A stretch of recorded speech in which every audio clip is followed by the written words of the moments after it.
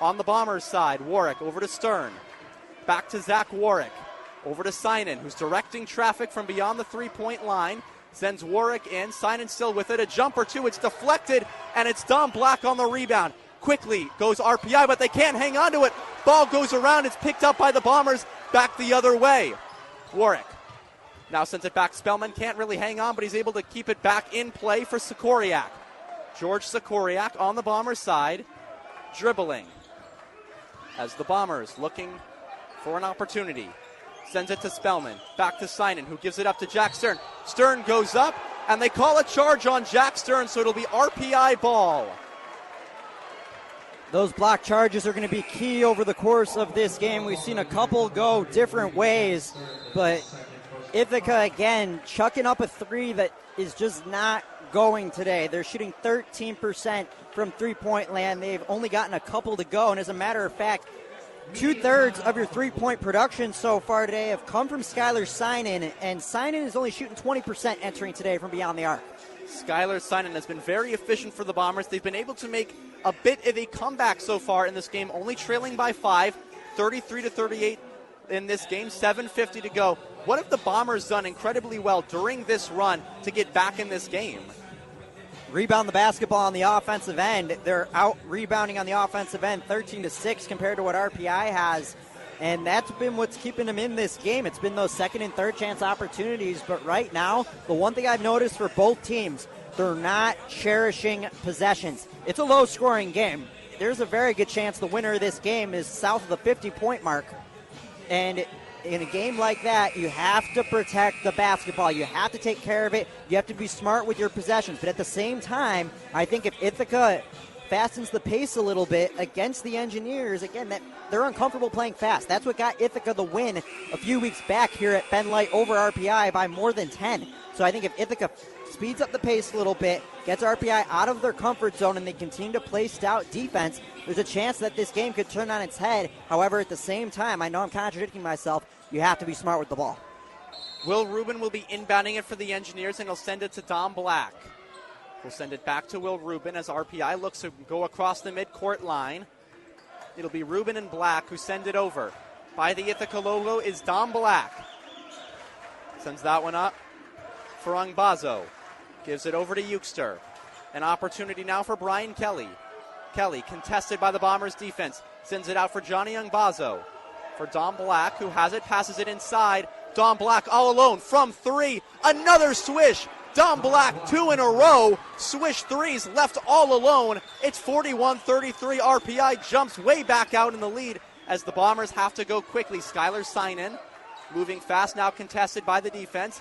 Sends it over, and a three-point ball in and out of the hoop by Spellman, but it's Logan Wendell who gets the rebound. Wendell drives in, and Wendell goes up, and that one misses, but it'll be a foul against RPI. So Logan Wendell draws the foul on the shooting after multiple three-point balls again miss for the Bombers. Talk about Dom Black. He's got 13 points so far today. 6 of them have come within the last couple of possessions, and if you're going to help down low, you cannot leave Dom Black wide open. I don't care where he is. That's a lethal mistake, and the Bombers have lost 6 points because of it. As Wendell's first shot from the line is good. You mentioned Dom Black. He's an over 1,000-point scorer so far in his career as a graduate student at RPI. And it's right now he is behind Aaron Bedard in the career points mark, who is 10th on the list in all-time scoring for RPI. He is at 1,176 as the second shot from Logan Wendell goes through. Nothing but net, so the Bombers draw a little closer. It's 35-41. Ithaca trailing RPI with 6 minutes and 59 seconds. RPI tries to move it out. Dom Black contested. Now he's got a lane, moves it across for Johnny Ungbazo, who had an open lane but now passes it back to Dom Black. Black has it outside the arc. Trying to set it up over for Ungbazo. Back to Black. For Will Rubin, contested. Back to Eukster. Now to Rubin. Rubin from beyond the arc, looking for a shot. Sends it to Eukster. 4 seconds on the shot clock. 3, 2, a shot from Brian Kelly. Misses, and a shot clock violation once again on the RPI Engineers. Gives the Bombers the ball by that student section. Yeah, but at this point in time, shot clock violations can be viewed as a win for RPI as long as they get a stop on the corresponding end. Under 6.5 left to go. Ithaca's down by 6. If RPI takes their time, it really doesn't matter as of now if those shots fall.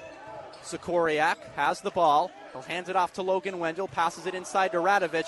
Contested ball is swatted away by Dom Black, and it's RPI ball. What a job defensively by Black, going up on the Radovic opportunity, knocking it down. He has it at the top of the key, passes it over to Avery Euchster. Euchster for Johnny Young-Bazo, who drives inside the lane, lays it up, misses, rebounded by Logan Wendell. And now it'll go the other way, 5:50 to go. Bombers trailing by 6 as Wendell drives inside the lane. It's called off, and Logan Wendell, a foul called as Wendell tries to drive inside the lane. And he will get 2 shots at the line as the Bombers still trailing the Engineers 35-41, 5:45 to go in the Liberty League semifinals between the Ithaca College Bombers and the RPI Engineers. 4 fouls on Rubin. The first shot and the only shot drains down. And now we'll get a second opportunity from the line as we saw them crash in. 36-41 to go as the Bombers trail the Engineers now by 5. Wennerson checks in for the Bombers. Out goes Spellman.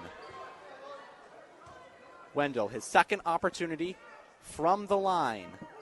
Puts it up, and it's nothing but net. So the Bombers now trail 41-37, 5:45 to go. And welcome back to Valsenti Diamond at Freeman Field. The Bombers' perfect first inning from Kyle Lambert for Ithaca. Now we go to the bottom of the first as we get to the Bombers' batting order. Yep, leading off we got Mike Nauta here in 2-hole Louis Fabo, 3-hole Buzz Shirley sitting at first base, Mr. Everything for the Bombers. The DH, Nick Cotillo, will bat 4th today. 5th, the shortstop, the freshman Connor Peterson. Matt Fabian will be in right. Gil Murad will be behind the plate in the 7-hole. Ethan Rothstein will be in at 3rd and batting 8th today. And to round off the Bombers lineup, we got Riley Brody, the freshman second baseman. Absolutely, and on the mound for the Golden Knights, it'll be Kyle Locklear. Locklear, a 3.46 ERA on the season for Clarkson as he looks to move them into the winner's bracket and face Rochester tomorrow. As we're ready to get started here. Locklear and Lambert, the marquee pitching matchup, I believe, in this first round of Liberty League games we have this weekend. Locklear and Lambert first and second in strikeouts in the Liberty League this season. Lambert sitting at 74, Locklear sitting at 70. Absolutely. 2 of the top pitchers in the Liberty League as Mike Nauta will come to the plate for the Bombers to lead it off in the bottom half of the first. Facing Locklear for the Golden Knights. Locklear also leads the team in starts and ERA through pitchers with at least 5 appearances. He has been the ace for this team as Nauta takes the first pitch, fastball right down the middle. That'll be strike 1. Powerful delivery, likes to throw in a little wrinkle from time to time with that slider. As the 0-1 pitch is high, but it catches top part of the zone, and the count will move to 0-2 against Nauta. Bit of a wide strike zone to start the game today. Looked a little up. Bombers dugout does not like the call, but if that's where the strike zone is going to be, and it has to be a consistent call all day, and they'll be keeping an eye on that for the rest of the game. Absolutely, as the 0-2 pitch from Locklear is high and outside, so it'll be 1 ball and 2 strikes here to Nauta, leading off this ball game for the Bombers. Just missed on that one, did Locklear, as he gets set for the 1-2 pitch to Nauta. And a cut on and missed by Nauta, so the first strikeout of the day for Locklear, and it's 1 out. 4 heaters to start the outing here for Locklear. Missed 1 upstairs, but the rest of them blew right by Nauta. I don't think he was ready to see 4 straight fastballs sitting at around the mid-80 mark to start off your ball game, as he usually gets a steady mix of pitches with off-speed, with how often he is on base and how well he hits the ball. But Locklear not intimidated. Locklear going to start this game the same way Lambert did. With the quick start as that one misses just low and away, it looks like there, ball 1. The first time he'll be down on the count today is Luis Fabo up to the plate now for the Bombers, the left fielder. And the 1-0 pitch is cut on and fouled back to the screen, so the count will even now to 1-1. A healthy hack for Fabo, one of the leaders in this #1 Liberty League ranked offense for the Bombers, hitting .364 with 5 home runs on the season.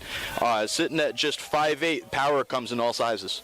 Absolutely, as the 1-1 pitch is cut on, hit in the air center field. That one will drop, and the Bombers have a 1-out single from Fabo. A great approach there from Fabo. This is why he's one of the marquee offensive players in the Liberty League. And the first off-speed from Locklear gets knocked into center field. He was able to stay balanced and still get through the ball at a half-hearted swing and find a spot for it to land. And the Bombers have their first base runner of the day. Absolutely. He just poked that one up the middle. As Buzz Shirley will come to the plate for the Bombers, the first baseman has led the offense for Ithaca coming into today and throughout the season. That's the first pitch to Shirley is swung on, hit in the air to left field. Moving back on it is Eddington, and he will have that for the second out. Yeah, but I'm sure if you're Buzz Shirley, you can live with that out. Great power displayed to the left center field gap for the lefty, who's hitting .414 on the season, the best bat in this Bombers lineup this afternoon, and I'm sure that won't be the only hard hit ball that we see from his bat this afternoon. Shirley tried to get that one, but couldn't quite get on it. As Nicholas Kataya will come to the plate for the Bombers in the cleanup role, a runner on first, 2 outs for Ithaca. Clarkson couldn't get anything going in the top half of the first. The Bombers look to take an early lead here against Locklear and the Golden Knights. As Locklear comes set, and the first pitch is low. He'll take that for ball 1. Katia, one of 4 starting freshmen we have going this afternoon for the Bombers. Coming at the DH hold, this is a guy that has power to all sides of the field, is a threat to go deep at any point, and is really one of the more powerful bats we have in the Liberty League. A check there on Fabo, but he's back in time. Katia, you mentioned a young Bombers team this season. This Ithaca club, 10 first-year students, and a lot of them have been able to produce for Ithaca, as you see here today. You mentioned it, 4 in the lineup. As the 1-0 pitch comes in, and it will be an off-speed that misses. So 2-0 now. Yeah, and since arriving here at Ithaca for myself, I've noticed that Dave Valicente likes to go with the guys that he found. Buzz Shirley was a guy that he coached over at Wells, got him over to the Bombers, and then 4 freshmen, all guys that he's recruited in his 2.5 years here as head coach for the Bombers. Valicente likes his guys as that one fouled off and comes our way, but misses to the left. So the count will now move to 2-1, the first strike on Kataya. Valicente taking over for his father, who coached here for more than 60 seasons here on Freeman Field, which is why Valicente Diamond has its name as well. Won a couple of national championships, was here for forever, and now his son looks to succeed him and have his own crew make the name for the Bombers baseball program. Absolutely, as Valicente here has taken the Bombers to hosting the Liberty Leagues, their first time hosting, as that one misses low. So the count to 3-1. Hosting Liberty Leagues, to Kataya. On deck is Connor Peterson, the shortstop for Ithaca. 3-1 count to Kataya. Hitters count, look for a fastball over the heart of the plate, and Kataya to take a big rip at it. That one way upstairs, and so it's a walk with 2 outs. And up to the plate will come Connor Peterson. I'm sure that's an out that Locklear would like to have back. Connor Peterson, 4th in the Liberty League in average this year, 2nd on the team, and batting .389, a guy that produces a ton of hits, a ton of offense as a first-year starter at shortstop for the Bombers, and now with a runner in scoring position, the Bombers will look to crack first here in this Liberty League matchup. Absolutely. Peterson can do damage in this Bombers lineup as that one misses on the outside edge, it looks like. So ball 1 to the shortstop. Good looking breaking ball, not a pitch that you want as your first pitch to swing at if you're the batter. Peterson there, but not far off the plate. That one just misses. That one comes right down, and it'll move the count to 1-1, a taken strike by Peterson. As Locklear looks to get out of the inning with a runner on second and a runner on first. 2 outs, a 1-1 count to the shortstop, Connor Peterson. Here's the pitch, and it is fouled back, and it will get out of play behind the diamond. So the count will move to 1-2. Locklear 1 strike away from getting out of the inning. The Bombers look to extend it here with Connor Peterson.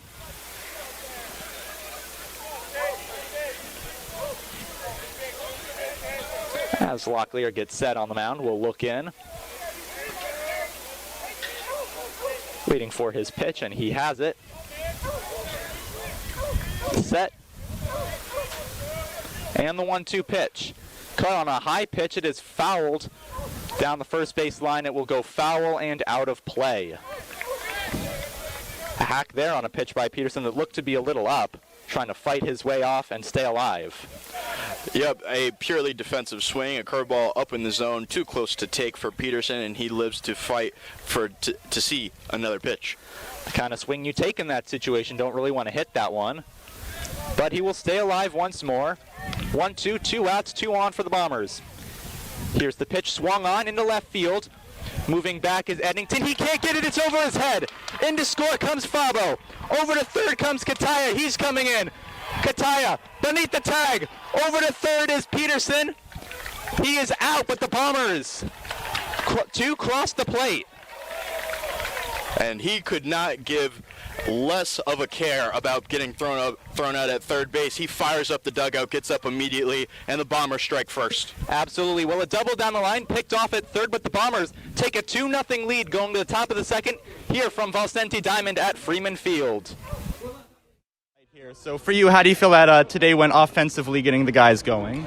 Felt great. Guys showed up. We had some big hits and big situations, but Shirley with a big home run that set the tone, couple base hits that really helped us get on the board.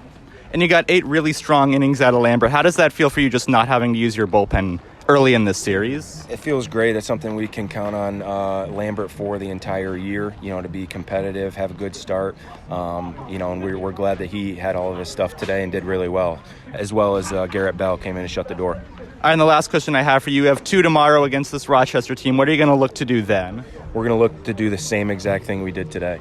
All right, thanks, Justin. And now a look at some of the scores from the South Hill from this past week. The Ithaca College women's lacrosse team defeated Rochester in their first Liberty League matchup of the season. The Bombers scored 6 points in the first quarter to jump out in front of the Yellow Jackets, as the Bombers led wire to wire in their 17-8 win. Sydney Phillips led the Bombers charge, scoring 6 goals in the game, which tied her career record for most goals scored in a single game. Ithaca outscored Rochester 11-3 in the first half of their win, as the Bombers moved to 4-1 on the season, 1-0 in conference play. The women's track and field team placed 8th in the NCAA Track and Field Indoor Championships over the weekend. The team scored a total of 24 points in the championships, which were held in Birmingham, Alabama. This was the final competition of the indoor season for the Bombers. The men's track and field team placed 14th in the NCAA Championships over the same weekend, thanks to a strong performance from Jalen Leonard Osborne, who finished 3rd in the 60-meter dash for the tournament. The Ithaca College gymnastics team finished in 3rd place in the National Collegiate Gymnastics Association's East Region Championships. The Bombers made the trip to Ursinus College, who hosted the meet, as Ithaca put up 189.050 total points to squeak past Rhode Island College, less than a point, as Ithaca now secures a spot in the NCGA Championships, which will be held in 2 weeks. With the break now upon Ithaca College and teams traveling to warmer weather for games throughout the week, our own Rihanna DeCrow sat down with Taylor Crane of the Ithaca College women's tennis team, who herself will head to Florida with their team this week. Rihanna, take it away.